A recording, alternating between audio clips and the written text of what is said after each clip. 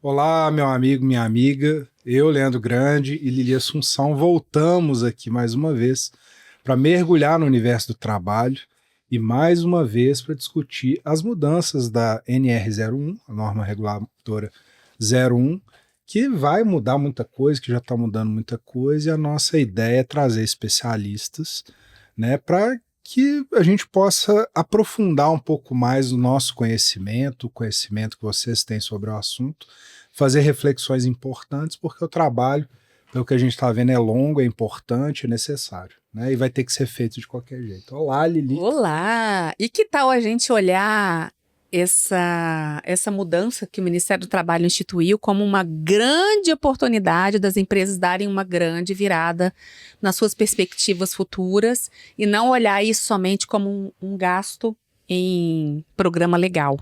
Então, hoje a gente tem aqui um convidado muitíssimo especial, que tem toda a nossa admiração e confiança, que é o José Fernando Vitral, mais conhecido como Vitral, Dr. Vitral. Ele é médico do trabalho e a gente admira muito. E se apresenta, Vitral, para a gente, para as pessoas que estão nos ouvindo. Como você disse, né, me apresentou, sou José Vitral, sou médico já há bastante tempo, tenho vivido essas transformações do mundo do trabalho nos últimos anos, né, e eu vejo que há uma evolução do mundo do trabalho, assim como há uma evolução, né, nas mudanças sociais. Eu acho que as empresas, as organizações são uma amostra da sociedade, né? Se uma sociedade e temos percebido, por exemplo, demanda por inclusão é uma coisa mais recente, assim como foi uma voz na sociedade que também foi crescendo, né? As pessoas, com deficiência começaram a reivindicar seus espaços. A sociedade precisa da contribuição dessas pessoas em todo o seu potencial que elas têm, né? E então isso hoje, através do trabalho, está sendo regulamentado, foi sendo regulamentado. E olha que é uma regulamentação que vem praticamente de 30 anos, mas muito recentemente que isso teve uma visibilidade maior. Uhum. Então agora a gente percebe que essa questão dos riscos psicossociais, dos fatores de risco psicossocial, acompanham essa tendência, né, de uma demanda social, porque o mundo vai mudando, vai trazendo mais exigências. Então, precisamos olhar com mais cuidado sobre quais são esses fatores que estão impactando e tratá-los, né? Tratá-los dentro do nosso espaço de responsabilidade, né? É muito importante deixar claro isso, porque às vezes a gente se assusta. Como que eu sou responsável por um problema de alguém que tem que enfrentar um dia várias conduções para chegar ao trabalho, tem ainda que sair para estudar, fazer uma faculdade à noite, né? O que é muito importante. Hoje, um volume grande de pessoas vive assim e ainda trabalhar 8 horas ou talvez até mais durante o dia. Como que essa pessoa vai ficar? Né? Qual o tempo que ela vai conseguir viver dentro desse ambiente, desse modelo, sem sofrer algum impacto na sua saúde? Uhum. Então, acho que hoje a gente tem que olhar para esse tipo de coisa e dar mais sentido às ações de prevenção e detectar onde são os pontos, identificá-los e tentar melhorar esses pontos para que a gente possa, digamos, trazer uma situação mais adequada para essas pessoas trabalhadoras, né? Para todos nós trabalhadores, que no final das contas, desde as lideranças, né, os empresários, né, e as lideranças até os cargos mais operacionais, todos eles estão submetidos dentro do seu espaço a vários fatores de risco psicossocial dentro daquilo que é o perfil de cada um. Deixa eu só te fazer uma pergunta, que na verdade é até fora do script, mas que me surgiu assim como uma curiosidade. Como você tem muitos anos como médico do trabalho em empresas de diferentes ramos, em algum momento você pensou, essa conta vai chegar em algum momento, e a conta chegou, né? Do boom de adoecimentos, na verdade, eu até não acho que foi uma coisa que aconteceu de repente, isso vem vindo acontecendo ao longo do tempo, mas em algum momento lá atrás, não sei se você teve contato com empresas que têm um perfil mais adoecedor, que você falou, essa conta vai chegar em algum momento. Eu acredito que isso começou, eu acho que essa pergunta começou, pelo menos para mim, no final dos anos 90, certo? Quando a gente viu uma mudança muito, muito importante, muito grande no modelo de trabalho, né? Introdução de tecnologias, de exigências, digamos, regulatórias, não necessariamente de regulações legais, mas de regulações, de programas voluntários de regulação, adequação de normas internacionais. Na medida em que a economia cresce, o país precisa de se internacionalizar, as empresas precisaram, né, de se internacionalizar, atender a requisitos de outras clientes, né, do exterior. Então, a gente percebeu que começou a exigência maior também sobre o trabalhador, né? E isso traz um reflexo, um modelo de trabalho diferente, né? Com um modelo de trabalho diferente, a gente precisa se adaptar a isso. Então, em algum momento, e até que ocorrer esse aprendizado, né, a gente faz muita coisa errada, a gente ainda tem muito tropeço, etc. Então, essa conta eu acho que ainda nem chegou no total. Ainda temos, eu acho que a gente ainda tem tempo de evitar que essa conta final seja muito alta, mas ela já está bastante alta. Né? Pelo número de pessoas hoje que a Previdência Social está tendo que suportar em termos de benefício. Sim. Agora, ao longo dessa sua história, trabalhando dentro das empresas, vivenciando, né, também com seus colegas, qual que era o papel adoecedor, assim, dentro de uma visão geral dessas questões emocionais, mentais? Ela existia mesmo? E era um tabu ou realmente ela não era um problema? Qual que é a percepção do senhor? Ele passou a ser um problema ou ela estava lá, mas ninguém gostava de falar sobre isso ou não achava que era algo do universo do trabalho? Qual que é a percepção geral sobre esse tema, assim, ao longo do tempo? A saúde mental sempre foi um tabu. Sempre foi um tabu, né? Ninguém gosta ou a gente sempre se defendeu de admitir que estava em sofrimento mental, né? A gente sempre, isso é da nossa sociedade, né? Porque associa o sofrimento à loucura, alguma coisa completamente negativa, até meio demoníaca, né? Mas diante desse tabu todo, a gente sempre viu que algum nível de impacto sobre a saúde mental sempre houve. Mas ele era muito mais, eu diria até leve, porque, primeiro, o trabalho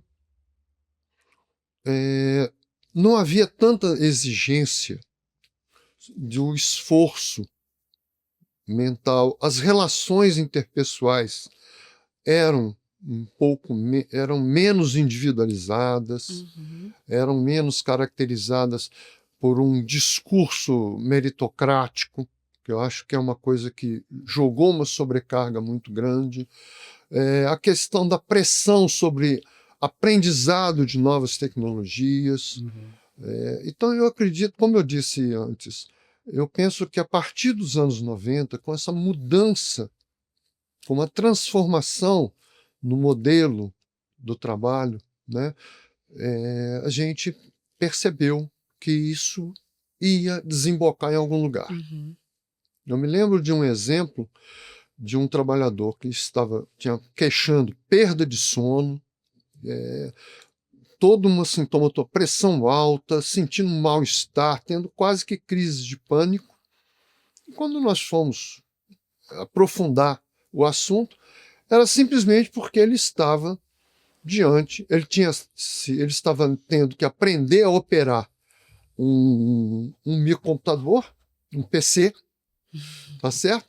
E ele tinha medo de fazer algum comando que estragasse o computador. Não é nem errar, é estragar o computador. Estragar o computador, não era errar.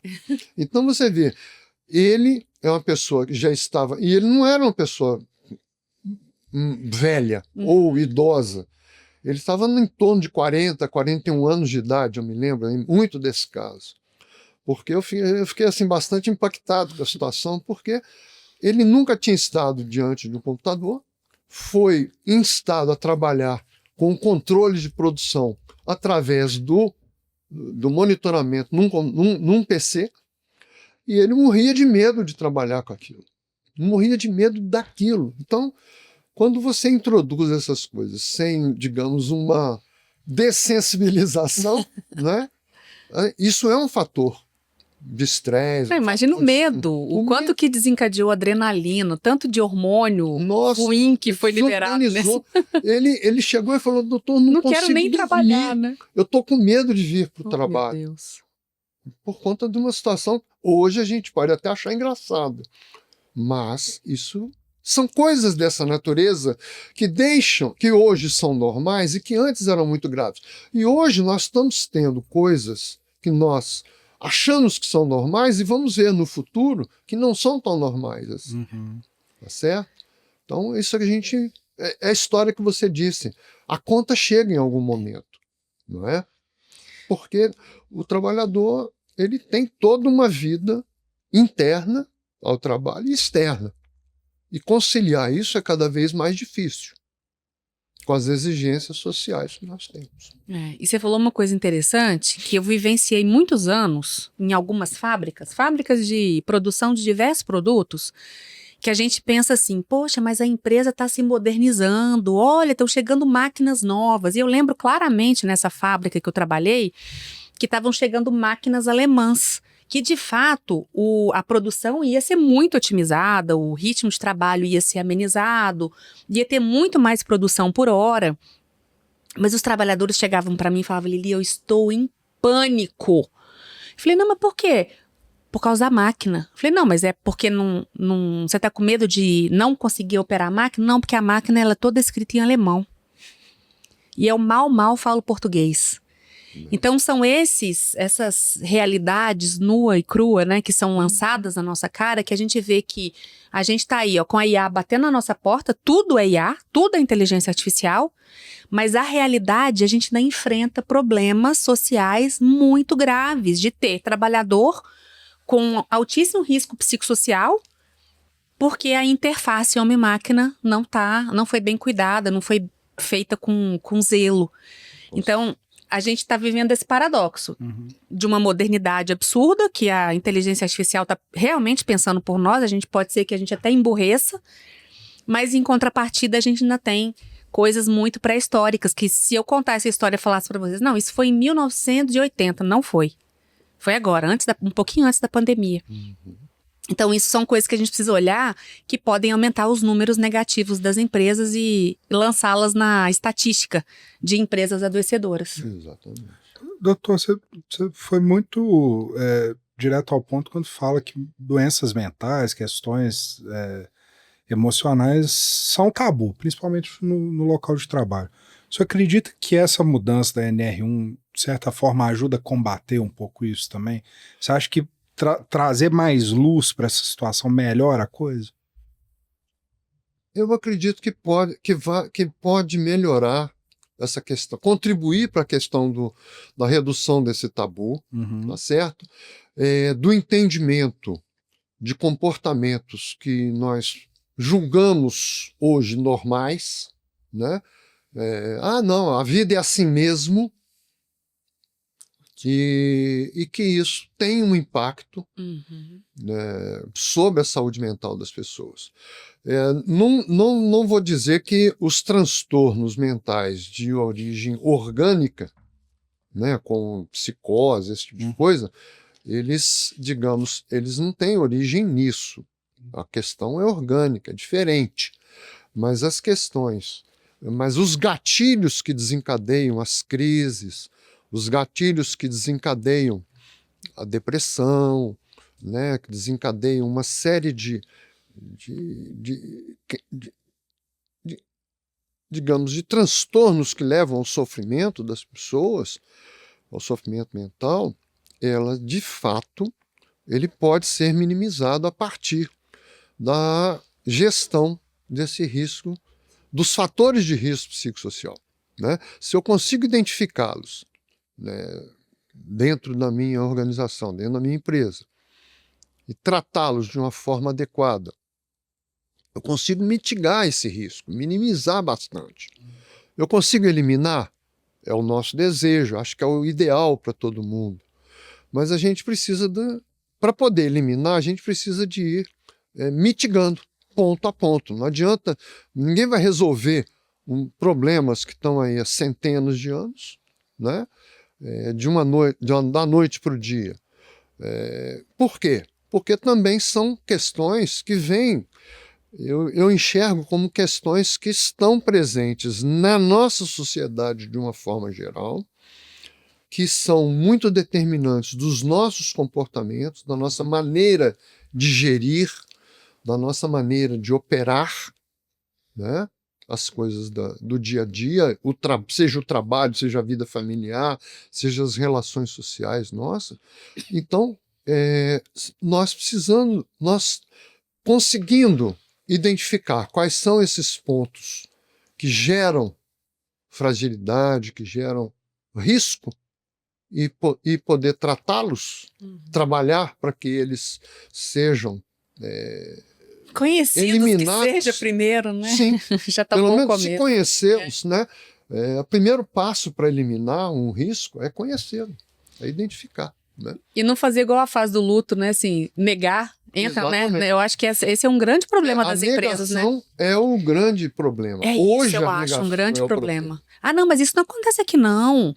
Por exemplo, a questão do assédio, né? Que em outro episódio a gente até conversou com a doutora Laila, e ela falou muito dessa questão que o assédio é uma coisa que tem preocupado muito o Ministério do Trabalho. Muitas empresas falam, não, mas isso aqui não acontece aqui, não. Então, não adianta você identificar e fazer o levantamento do risco e negar ele. Então, você tem que, na verdade, acolher aquilo ali e falar assim, vamos ver o que a gente pode fazer para poder melhorar. Porque a negação vai fazer essa empresa emperrar e não vai dar o próximo passo, né? A gente precisa aprender, inclusive, que aquilo é um risco. Porque a gente nem sabe. A maioria de nós sequer sabe. Porque, como eu disse antes, uma empresa, ela é o espelho da comunidade onde ela está inserida. Nós não vamos ter empresas ideais numa comunidade adoecida, numa sociedade adoecida, e vice-versa. Agora, o empresário vai ter a obrigação de consertar a sociedade? Não. Mas se ele fizer dentro do espaço que ele tem, ele já contribui com a sociedade. Ele já está contribuindo com a sociedade. Né? Que é muito. A gente vê essa evolução. Na medicina do trabalho, eu percebi desde o início o seguinte: antes nós tínhamos. A medicina do trabalho tinha muito foco tanto nos riscos químicos, físicos e biológicos. Nós trabalhávamos muito com doenças infecto-contagiosas, tínhamos meios de prevenção. Então, quer dizer, o saneamento, um tratamento com instalações sanitárias adequadas e melhorando um ambiente, digamos, de temperatura, iluminação, etc., as coisas ficavam bem. Mas percebemos que mesmo melhorando isso, alguma coisa continuou acontecendo. Mas nós demoramos pelo menos o quê? Quantos anos? Uns 30, 40 anos para poder enxergar que algo precisava a mais ser feito. Por quê? Porque o mundo do trabalho mudou. Exatamente. Ele vem e ele vai mudar mais para frente. Outros desafios aparecerão. E a gente precisa ter um olhar de aprendizado, né? Digamos, o coração aberto, a mente aberta, para poder entender o seguinte: isso está sendo positivo ou está sendo um problema? Isso é um risco? Como que eu estou enfrentando isso? Né? Então, isso é a nossa pergunta de sempre, é sempre estar perguntando para poder ver. E não deixar normalizar. Isso. Porque quando a gente normaliza, a gente joga para debaixo do tapete. E jogando debaixo do tapete, o problema continua. E uma hora ele emerge. Né? Ele nunca vai ficar guardadinho lá embaixo. E o senhor acha que a medicina do trabalho, assim, como no geral, ela está andando par e passo com essa necessidade de evolução? Ou a gente ainda está correndo um pouco atrás? Como é que o senhor vê esse papel da medicina do trabalho dentro dessas questões específicas? Eu penso que a vida real do médico do trabalho, ele ainda é muito reativo. Por quê? Por N motivos. Né? A própria formação nossa, ela muitas vezes não está nos preparando para encarar esses novos fatores de risco, para um olhar prospectivo. O próprio exercício da profissão, da especialidade, ainda está muito fundamentado, né? As pessoas tendem a se acomodar a atendimento a requisito legal, tá certo? Esquece um pouco de que é uma especialidade médica. Assim, eu não diria só do médico, não, porque eu acho que a saúde ocupacional, a saúde do trabalhador, ela incorpora outras disciplinas. A enfermagem, a psicologia, a própria administração, né? Os administradores, que são os engenheiros que planejam o trabalho. Se não houver, digamos, uma interação multidisciplinar, o mundo do trabalho nunca vai melhorar. Ele vai ficar, o profissional vai continuar como reativo em relação ao atendimento legal, ele vai se ver diante de determinadas queixas e adoecimento do trabalhador, tá certo? E ele não sabe como responder a isso. O engenheiro de produção não vai alcançar os níveis ótimos de produtividade, tá certo? Ele pode até alcançar volume de produção alto, mas será que a produtividade dele está alta? E nós sabemos que volta e meia os artigos que falam da condição do Brasil. O Brasil tem baixa produtividade em relação a outros países mais desenvolvidos, digamos assim, né? Será que não está ligado a isso? Essa questão do alto índice de acidentes, o alto nível a incidência de adoecimento, de qualquer natureza, seja adoecimento ósseo-muscular, seja adoecimento por conta de sofrimento mental. Né? Então, eu vejo que a própria formação dos profissionais precisa dar uma luz maior para esse campo, sabe, de aprendizado. Ô, Vitor, eu penso muito, uma coisa que tem me chamado muita atenção é a quantidade de pessoas no Brasil e no mundo que desgostaram do trabalho. Eu escuto, leio, fico sabendo de inúmeras pessoas que não querem trabalhar, se pudessem, de fato, aposentavam ou iriam fazer uma outra coisa. Então, se o trabalho ele tem perdido sentido para as pessoas, como que a gente quer que as pessoas se mantenham saudáveis no ambiente de trabalho? Olha que paradoxo, né? Se as empresas não estão conseguindo se reinventar para ser um lugar agradável, prazeroso, que as pessoas queiram estar, como que eu quero que essas pessoas não adoeçam e não contaminem os números, né? E de fato, faça essa empresa ficar mais exposta. Então, tem algo aí, essa conta não está fechando, tem um abismo entre essas duas coisas. ou as empresas, ou não, né? As empresas precisam se reinventar, criar novas estratégias que não são essas que estão sendo usadas, porque já não estão dando certo. E as pessoas também precisam ser mais criativas. Como que eu posso? Tá, trabalhar faz parte, é inerente do indivíduo adulto, né? Do indivíduo adulto. Como que eu posso fazer para reinventar meu trabalho? O que eu posso fazer para tornar aquela empresa mais agradável? De repente, fazer um fortalecimento da questão social, criar espaços para a voz ter mais lugar. Algo precisa ser feito. Porque se as pessoas não querem trabalhar, como que nós vamos fazer? A gente percebe isso muito fortemente em todos os... Seja na área privada, seja na área pública, né? O servidor público fala em aposentar, sim, e ele não fica nem um dia a mais. O da área privada, ele se aposenta, mas ainda continua por uma necessidade financeira, né, de manutenção. Eu penso que não há uma receita pronta, né, mas linhas gerais. Eu acho que há algumas coisas nas quais você tocou e você tangenciou. Ou seja, nós não vamos ter a ilusão de que o mundo...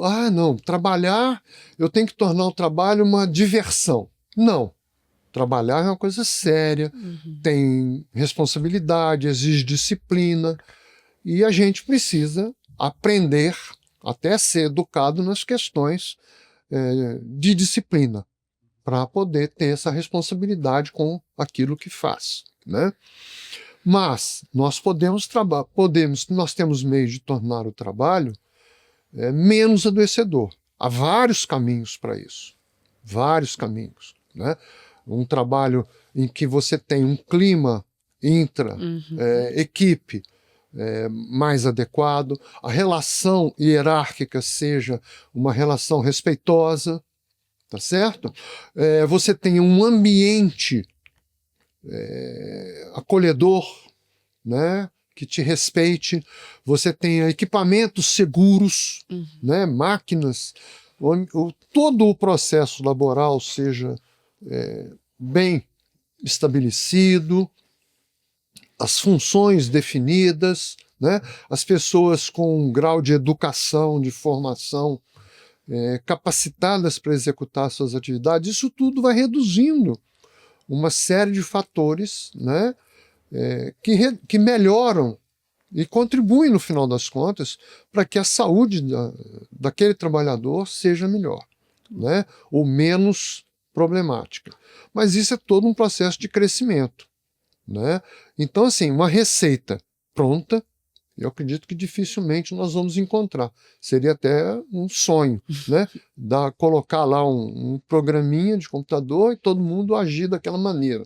Isso, acho que eu nunca vi isso. E não acredito que isso exista. Mas, para cada organização, ou cada tipo, cada setor, você pode ter determinados princípios que devam ser respeitados, sem sombra de dúvida. E isso é essencial, porque senão, cada vez mais, nós vamos ter que depender de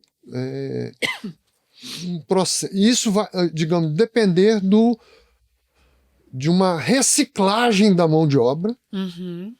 Por quê? A que está operando estará doente em algum momento. E as que estão fora não querem entrar. E as que estão fora podem não querer entrar. Então, assim, vai ficar um problemão. Como é que vai acontecer isso, né? Como que nós vamos ter? Nós precisamos de ter... não podemos entrar num processo de simples reposição. Pessoas não são peças que você vai trocar, né? Elas têm uma vida aqui e vão ter depois também.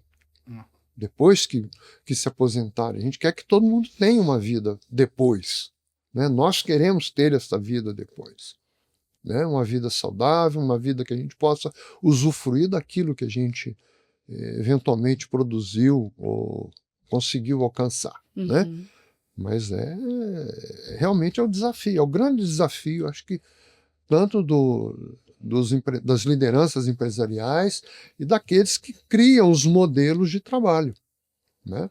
Porque os profissionais de saúde, da saúde do trabalhador, eles hoje estão trabalhando de forma reativa, simplesmente apagando incêndio, tentando, digamos, recuperar as pessoas para um nível mínimo, né, que elas possam viver. Mas assim, e sempre com um grau de adoecimento. Essa que é a tragédia. Eu vejo como uma forma ainda bastante trágica, porque você, ao não ter modelos, né, de trabalho, um processo de trabalho que seja adequado para as pessoas, né, e que seja fonte de sofrimento, você, na verdade, você está criando um passivo para a sociedade, não é? É um passivo social, não tem dúvida disso. Ai, gente, isso para mim, sinceramente, não entra na minha cabeça. Eu não consigo. Claro que esse é meu modo utópico e romântico. Eu sei que eu tenho essa ideologia que ainda está muito distante de ser realidade. Eu acho inadmissível uma empresa ser adoecedora. Eu acho que é muita. É quase que, entre aspas, burrice.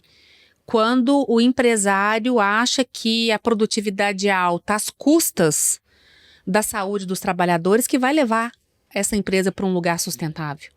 Então, acho que agora é a grande oportunidade, né, com a NR1, com os aspectos psicossociais agora completamente postos, né, de forma muito clara pela norma, dos empresários falando, gente, tá bom, então vamos entender se de fato essa empresa aqui é adoecedora ou não. E começar a mergulhar na intimidade, porque senão o próximo passo não vai ser dado. E é o que você disse, a conta nem começou a chegar. Pode ser que essa conta realmente leve ao fracasso, uma empresa realmente, de repente, até à falência, porque a quantidade de pessoas que podem ser adoecidas como um dominó, à medida que abre o precedente, uma pessoa entrou em burnout. A outra falou, se o fulano entrou, então eu vou ter coragem também de ir ao médico do trabalho e contar que eu também estou esgotada. E aí um outro em depressão, o outro com crise de ansiedade, o outro com crise de pânico. São coisas que a gente está vendo, mas muitas vezes não estão falando, né? Todo mundo que eu converso sobre burnout, a pessoa fala, já tive. Então, assim, silencioso. Então, que as empresas não esperem esse efeito dominó acontecer, onde um conseguiu o benefício de ser afastado, o restante também, para que essa conta não chegue tão pesada, né?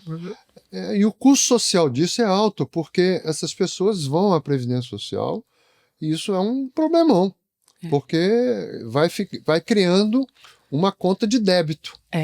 Débito, que vai ficar insustentável no futuro.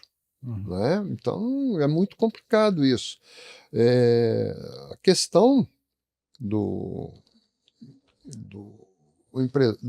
da situação, eu vejo como uma questão mais sistêmica mesmo, porque o adoecimento ele impacta não apenas dentro da própria empresa, ele vai impactar a família, ele vira um ônus para a sociedade como um todo, e todo o custo operacional vira mais alto, porque a empresa vai pagar mais imposto para sustentar uma previdência social, né?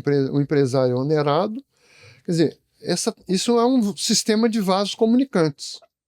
Não há escapatória com relação a isso, né? Então agora estamos vivendo um momento de foco grande na questão de risco, fator de risco psicossocial, mas eles sempre existiram, né? Agora está com mais luz sobre isso, mas precisamos realmente de encontrar caminhos, né, meios de olhar. O empresário pode resolver tudo? Acredito que não, mas dentro da organização dele, ele deve ao menos saber escolher os investimentos que ele vai fazer nessa área, porque também tem muita coisa que que é só confeitaria e que não trata a fundo a questão, né? E você pensa que às vezes, não, isso vai reduzir a minha produtividade. Não. Isso não vai. Você trabalhar, investir nessa questão de eliminação dos fatores de risco psicossocial e mitigação desses riscos, pelo menos, é investimento como se fosse um equipamento novo para o seu processo industrial ou para o seu modelo de trabalho, no caso da área de serviços. Né? Porque a gente pensa muito no modelo industrial, no modelo de equipamento, né? De máquinas, etc. Mas a gente se esquece que a área de serviços é a área que mais tende a crescer numa sociedade como a nossa. Né? Então, assim, esse pessoal também adoece se não tiver um olhar sobre eles, sobre os seus processos de trabalho, que sejam mais adequados para resolver esses problemas. O senhor acha que as empresas elas têm uma certa diferença de visão, até de relacionamento, com empregados que têm um adoecimento por questões psicossociais em relação àqueles que têm outros tipos de adoecimento, né? Por exemplo, uma lesão, alguma coisa assim? Existe uma desconfiança de que aquele empregado, ele, no futuro, ele vai dar conta de voltar? O senhor sente alguma diferença nesse sentido hoje? Eu acho que quando a gente fala a empresa, há muitos anos eu já acho que a palavra não é a empresa, são os responsáveis por aquela organização. Porque a empresa é um CNPJ, né? São as pessoas que estão ali que são responsáveis por todas as ações que estão ali. Né? Eu acho que os profissionais mais dedicados à área da saúde do trabalhador, né? Essa área de identificar quais são os fatores de risco, etc., eles precisam se capacitar mais, eles precisam entender mais essa dinâmica, precisam, inclusive, saber transmitir isso para o empresário, né, para a liderança, de uma forma clara, porque isso é tudo uma conta que em algum momento vai chegar. Tá certo? Então, a gente realmente precisa de entender qual é digamos, o ponto de em que momento eu vou intervir, em que momento que eu vou fazer as pessoas. Eu posso melhorar a condição dessas pessoas, em que tipo de condição, se são intervenções, digamos, cosméticas, ou se são intervenções de fundo, né, que vão de fato resolver problemas na sua raiz, ou fazer um planejamento.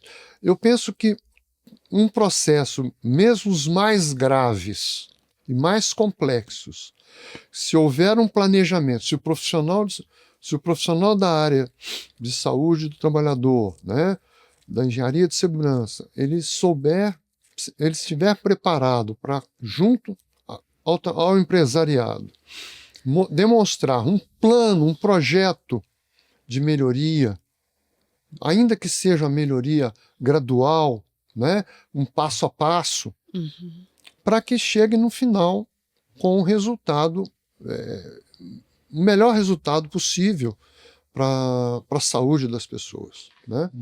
E então, hoje, a gente não vê tanto isso. Hoje o que a gente vê são ações de intervenção muito de vamos apagar incêndio. Nós estamos morrendo de preocupação com os fatores de risco psicossociais. Quais são? Aí fica aquela perplexidade. Né? Eles estão presentes? Como que estão acontecendo aqui dentro do meu ambiente de trabalho? Ou da minha organização? O que eu faço com isso? Né? O Vitor, ontem eu tive um ahá. Eu fui encontrar com um amigo, e aí esse amigo falou uma coisa que para mim fechou uma lacuna de uma grande dúvida que eu tinha. Ele falou assim, riscos psicossociais, as empresas precisam montar alguns programas de bem-estar. Na hora que ele falou isso, eu falei, É isso. As pessoas estão confundindo as coisas.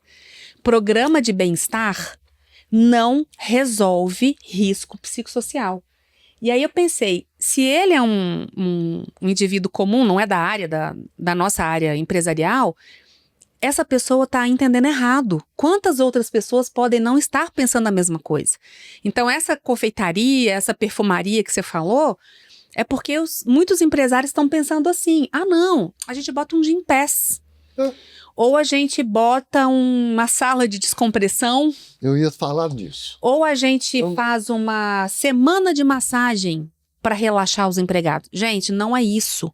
Risco psicossocial está entranhado no modus operandi, quase que no DNA daquela organização, que não vai resolver com uma perfumaria.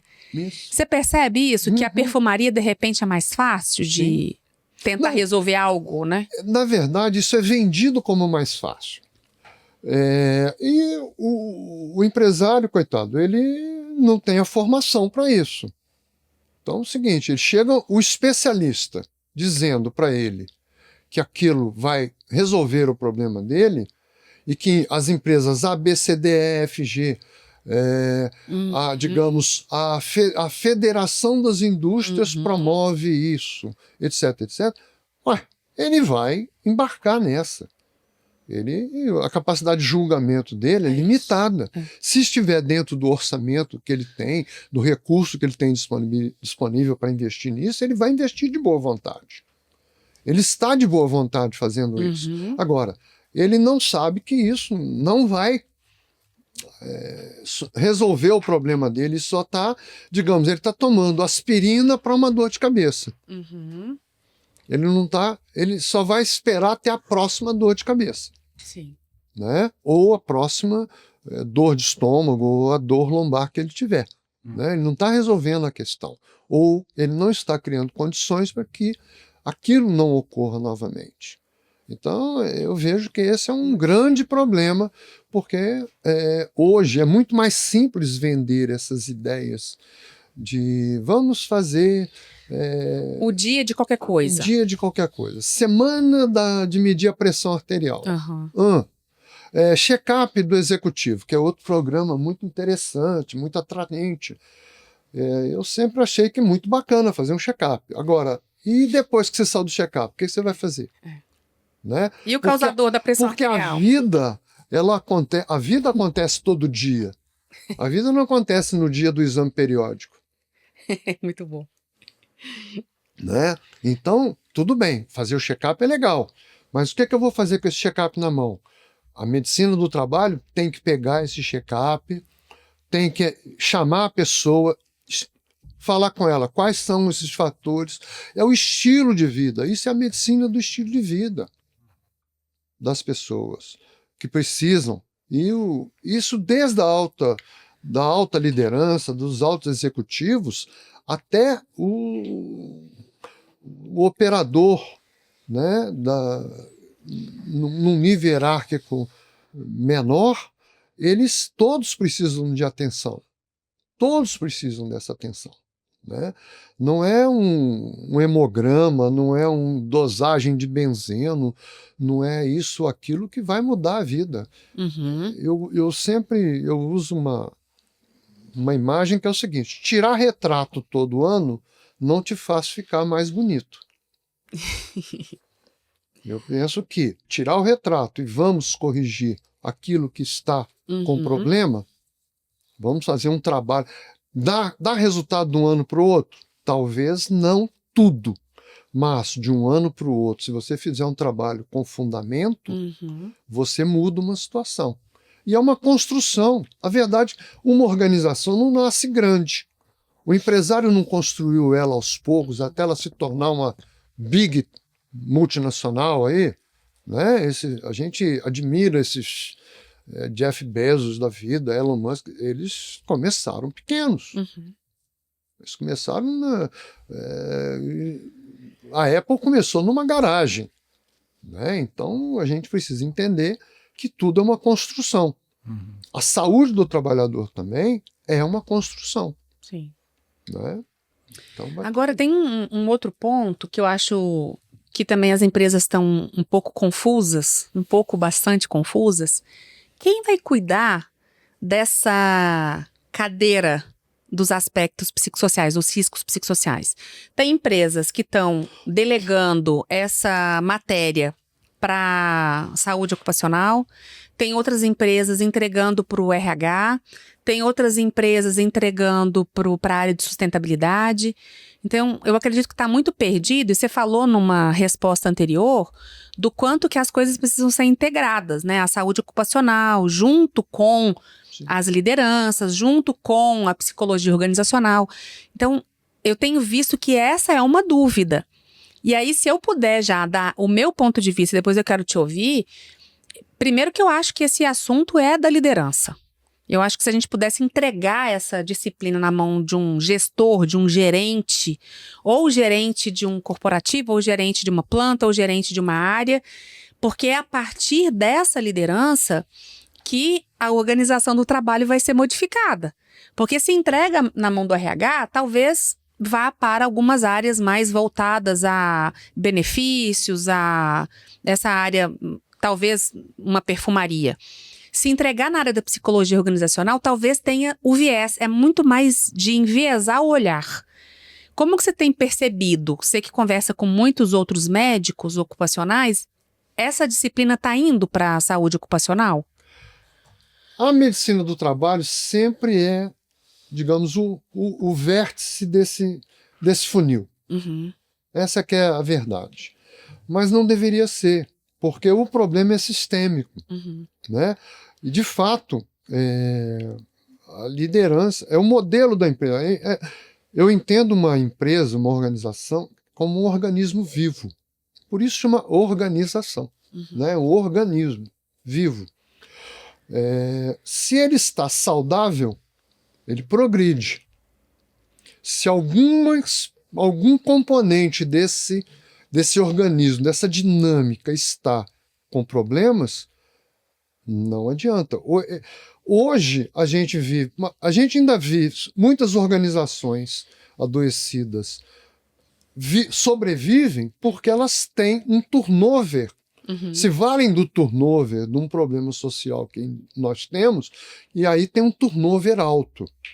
Mas a organização que tem necessidade de capacitar o seu corpo de trabalhadores, né, de empregados, que tem uma atividade que, digamos, mais especializada, ou até talvez um pouco menos, mas que precisa de ter um corpo funcionando, tá certo?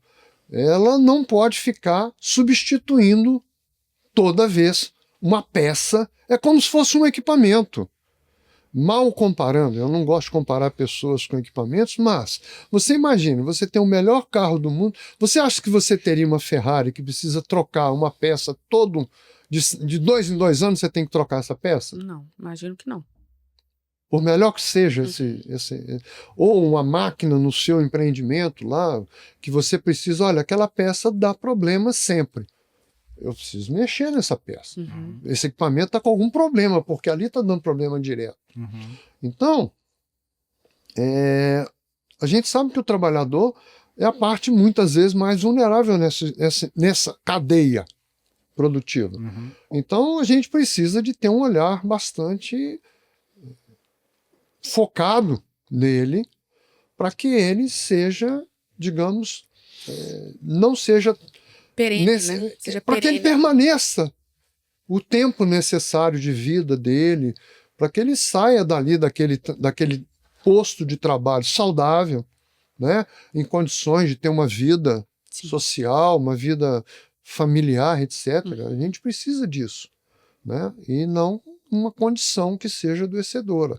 Agora, concordo com você, muitas vezes a visão ela é restrita e você não tem um olhar. Porque é muito fácil, nós vivemos num meio em que é muito fácil substituir as pessoas. É muito O descartável, desemprego é alto,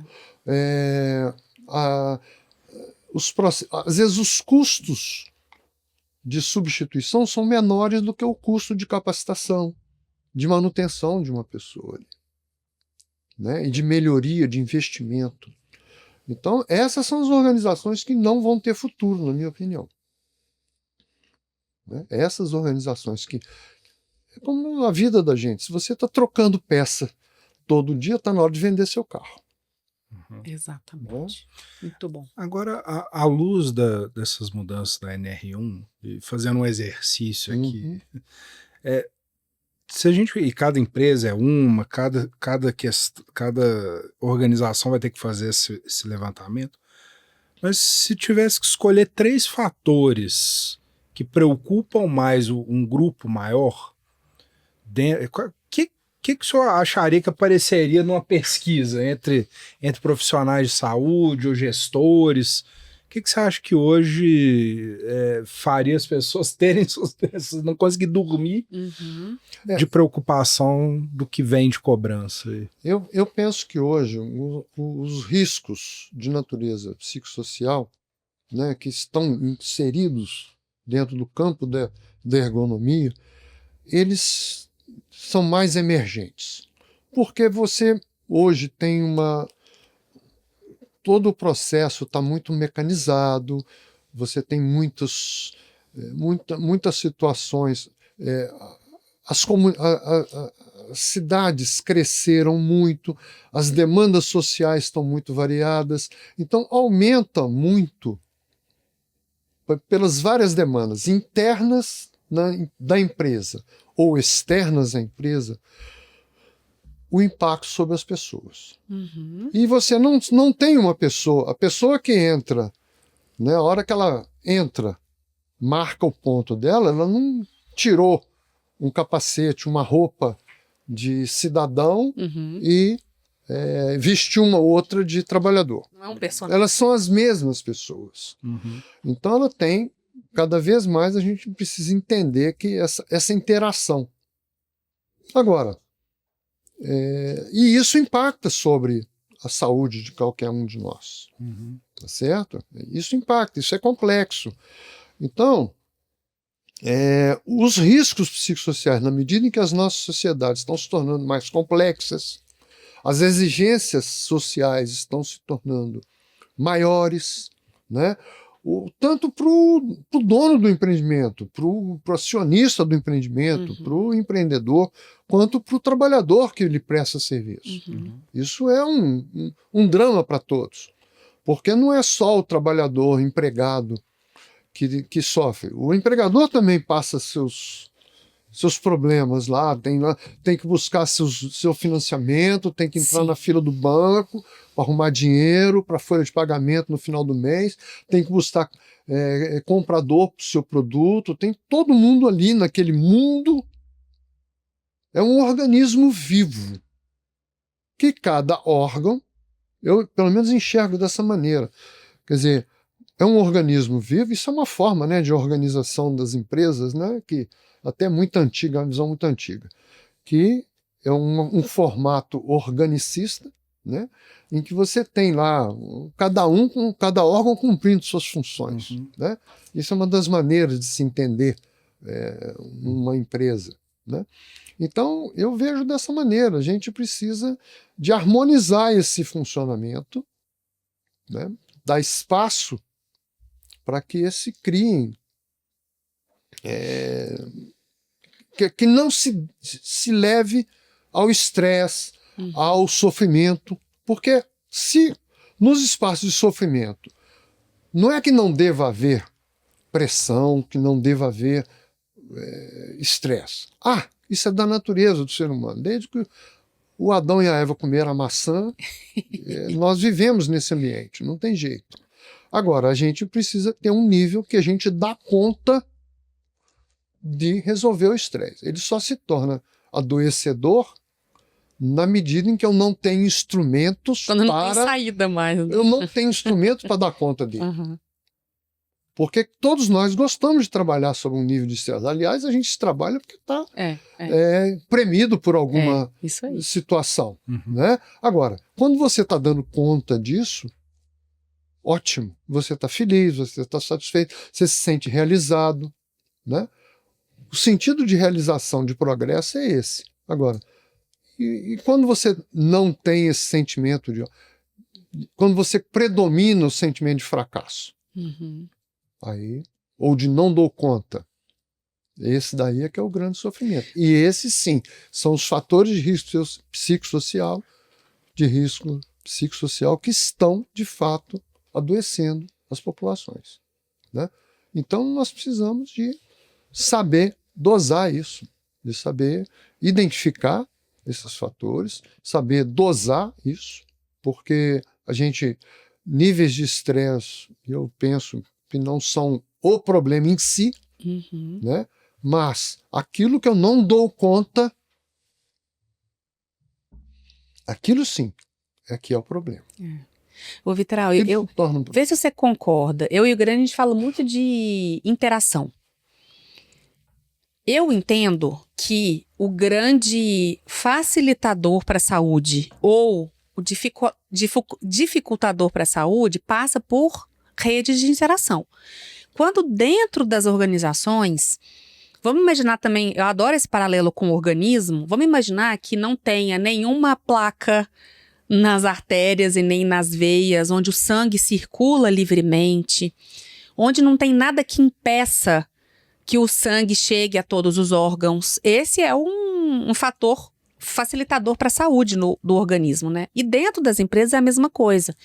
Quando eu tenho interações favoráveis em todos os níveis, comunicação fluindo, relações de confiança sendo estabelecidas, onde a comunicação flui, não tem nada que impeça. Olha o quanto que, falando dessa forma, você fala, interessante, parece que está fluindo legal o trabalho nesse lugar.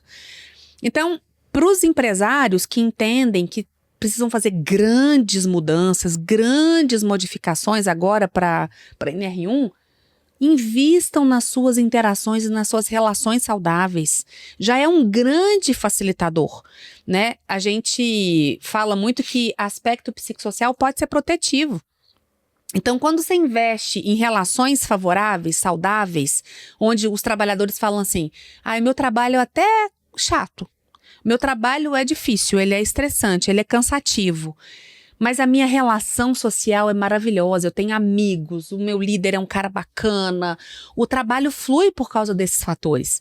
Então as mudanças não precisam ser bruscas, eu não preciso implodir a minha fábrica ou implodir a minha unidade operacional e começar de novo. Sim. Se eu investir em fatores que por vezes não precisa nem investimento financeiro, eu só abro ali um lugar mais gostoso para trabalhar, um diálogo mais legal, espaços onde as pessoas possam interagir, eu já começo a ter pitadinhas ali de tempero favorável para a saúde. Então, eu queria que você dissesse para as pessoas que estão nos ouvindo, se a gente pudesse começar então, a partir de amanhã, as empresas falam, tá bom, então nós vamos começar a olhar para essas questões psicossociais. Por onde que eu começo? Qual que seria o primeiro passo, mesmo que seja um passo pequenininho, para ir em busca da saúde? Eu acho que o primeiro passo conhece aquela frase muito antiga. Conhece-te a ti mesmo. Tem lá no tempo do Apolo, conhece-te a ti mesmo. Muito bom. Tá certo? Porque, porque se você não souber o que está acontecendo na sua casa, você vai gastar dinheiro com um monte de coisas, você vai botar dinheiro que não vai significar investimento, vai significar despesa. A gente vê muito gasto com bobagens, coisas que não se mede, ninguém mede o resultado. Aí a explicação por que eu não... não, mas isso é uma coisa que não tem como medir. Tem como medir, tem como avaliar. É porque às vezes quem fala isso não sabe criar indicadores que andou do ponto A para o ponto B. Muito bom. Tá certo? Mas assim, cada situação, assim como não há uma receitinha pronta, né, padronizada, existe uma receita básica. Essa receita básica conhece-te a ti mesmo. Vamos ver o que está acontecendo aqui. Desde a liderança até o famoso chão de fábrica. Que eu não, apesar de não gostar da expressão, mas é um termo corrente, né, dentro do meio. Então a gente precisa saber o que está acontecendo, Muito bom. porque muitas coisas estão encobertas. Muitas coisas são feitas e a gente não tem consciência de que elas são feitas ou como são feitas. E da consequência. E da consequência disso. Tanto positivo, que às vezes um empreendimento está indo muito bem, Uhum. mas está indo muito bem, aí tem um indicador lá, o seguinte, gente, mas por que eu estou tendo tanta gente que troca de trabalho, que sai da minha empresa? Sim. Por que eu tenho... Algumas perguntas precisam ser feitas.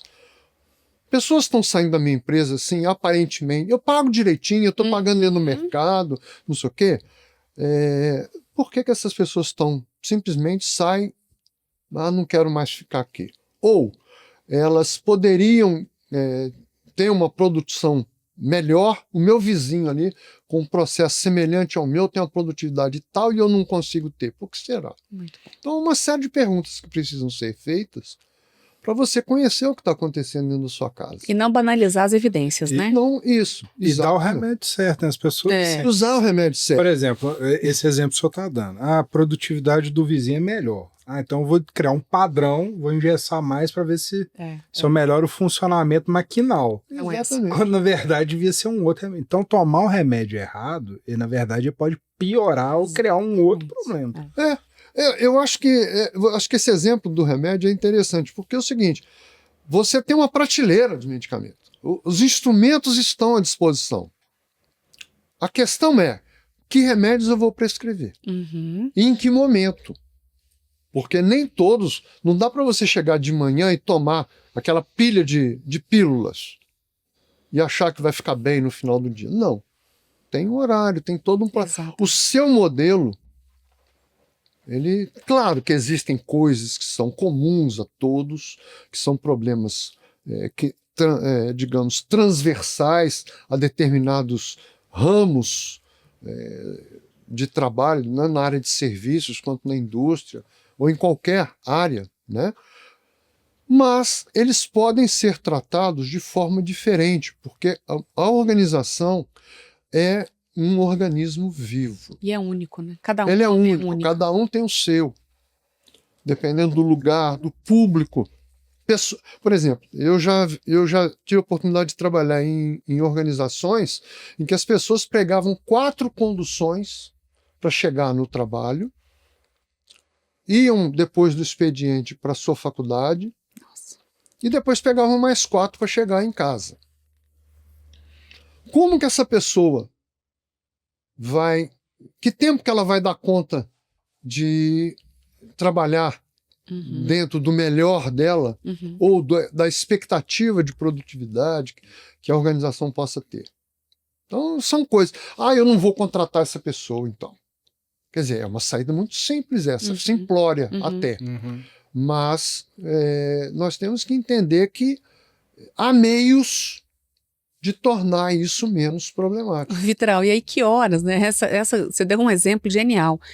4 ônibus, que provavelmente essa pessoa acordou 4 da manhã para chegar no trabalho 7, 8 horas e a volta também é caótica porque foi para a faculdade. Que horas que ela vai usar o Gympass dela? Que horas que ela vai fazer atividade física que é prescrita pela organização como uma medida de controle dos riscos Uma vez por semana.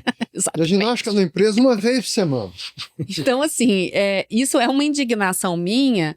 De repente, claro que a atividade física é fundamental. Eu lembro que uma vez você falou para mim que faz musculação para ficar em pé, porque você quer envelhecer andando, você não quer envelhecer na cadeira. Isso para mim marcou muito.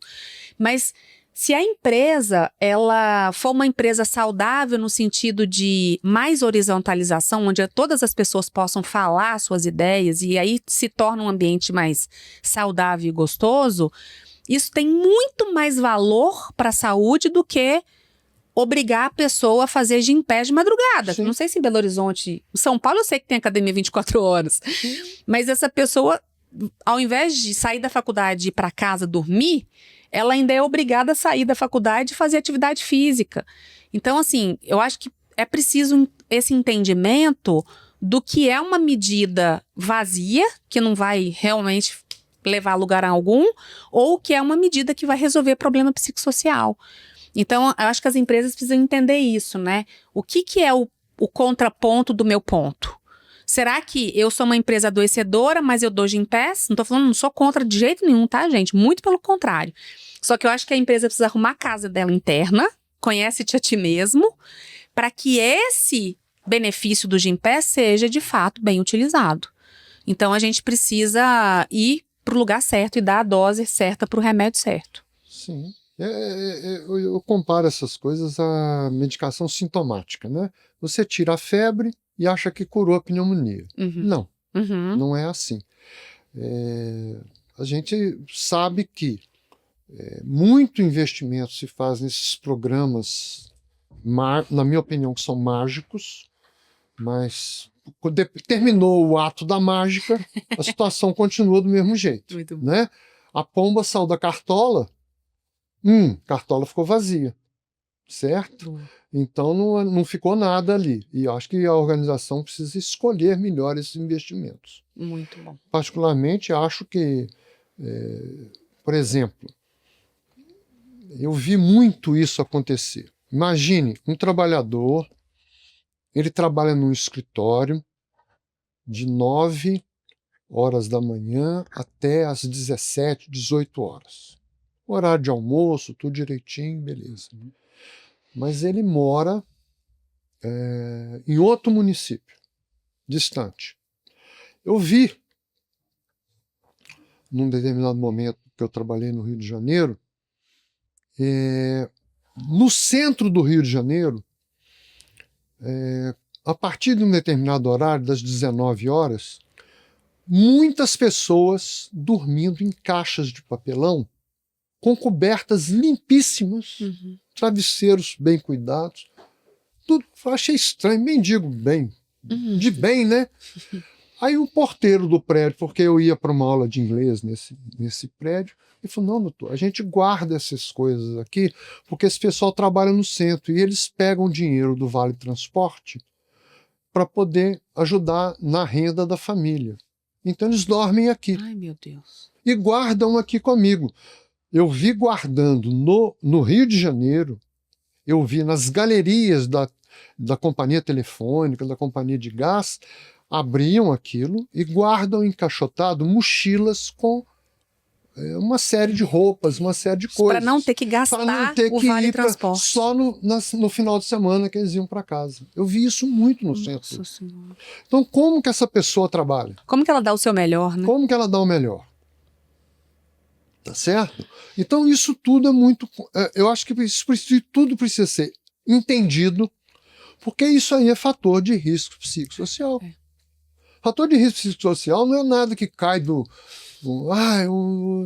ele tem agora um surto esquizofrênico, um surto psicótico. Não é isso. Não esperem o grande, não, né? Não no é isso. pequeno. Isso aí tem tratamento com medicação, você equilibra, a pessoa volta para o trabalho. Isso aí eu diria até que é a parte fácil. Meu Deus. Do ponto de vista do médico, isso é a parte fácil. Eu vejo que esse outro problema, talvez, esse daí não é o médico que vai resolver.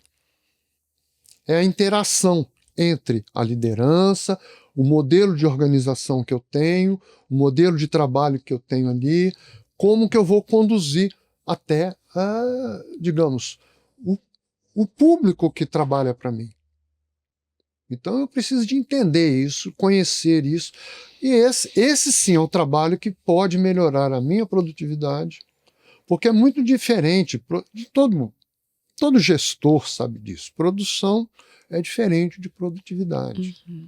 Né? Uma coisa é volume, a outra é a questão de relação custo-benefício.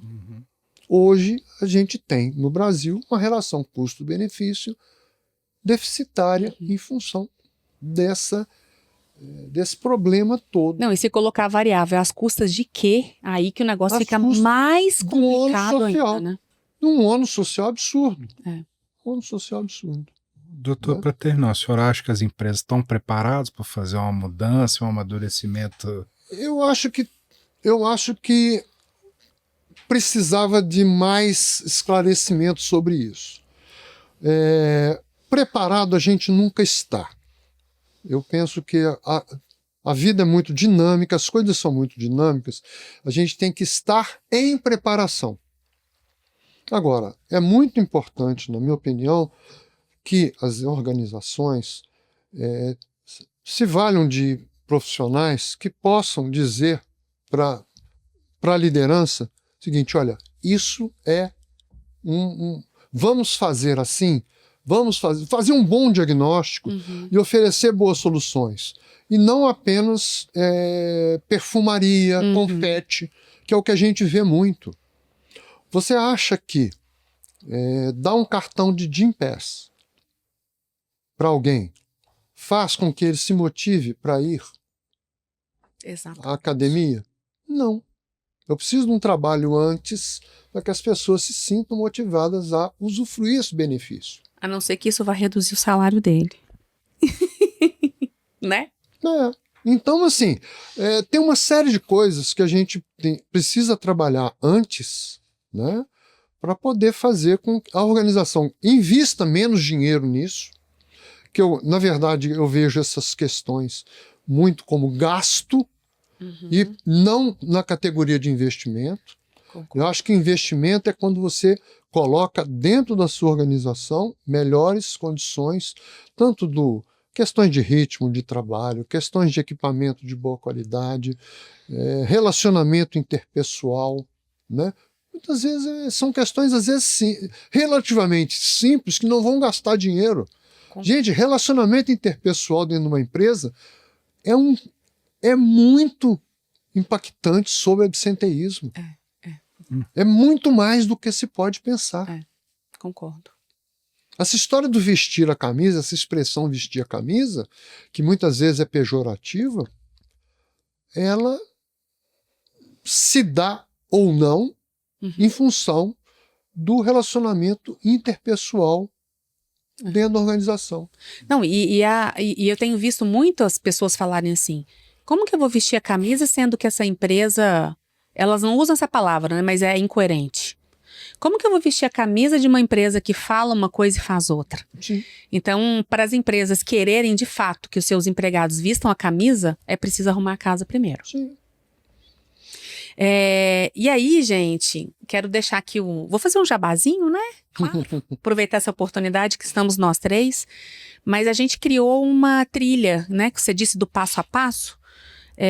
Uma trilha de desenvolvimento dos aspectos psicossociais para as empresas, pensando em dar doses graduais para que as empresas possam absorver esse conteúdo todo com o tempo, até porque a gente tem tempo, né? A gente tem aí até o ano que vem, mas como a gente, né, eu e o Leandro e o Vitral tá com a gente também nessa implementação, e a gente sabe que esse amadurecimento, ele não é da noite para o dia.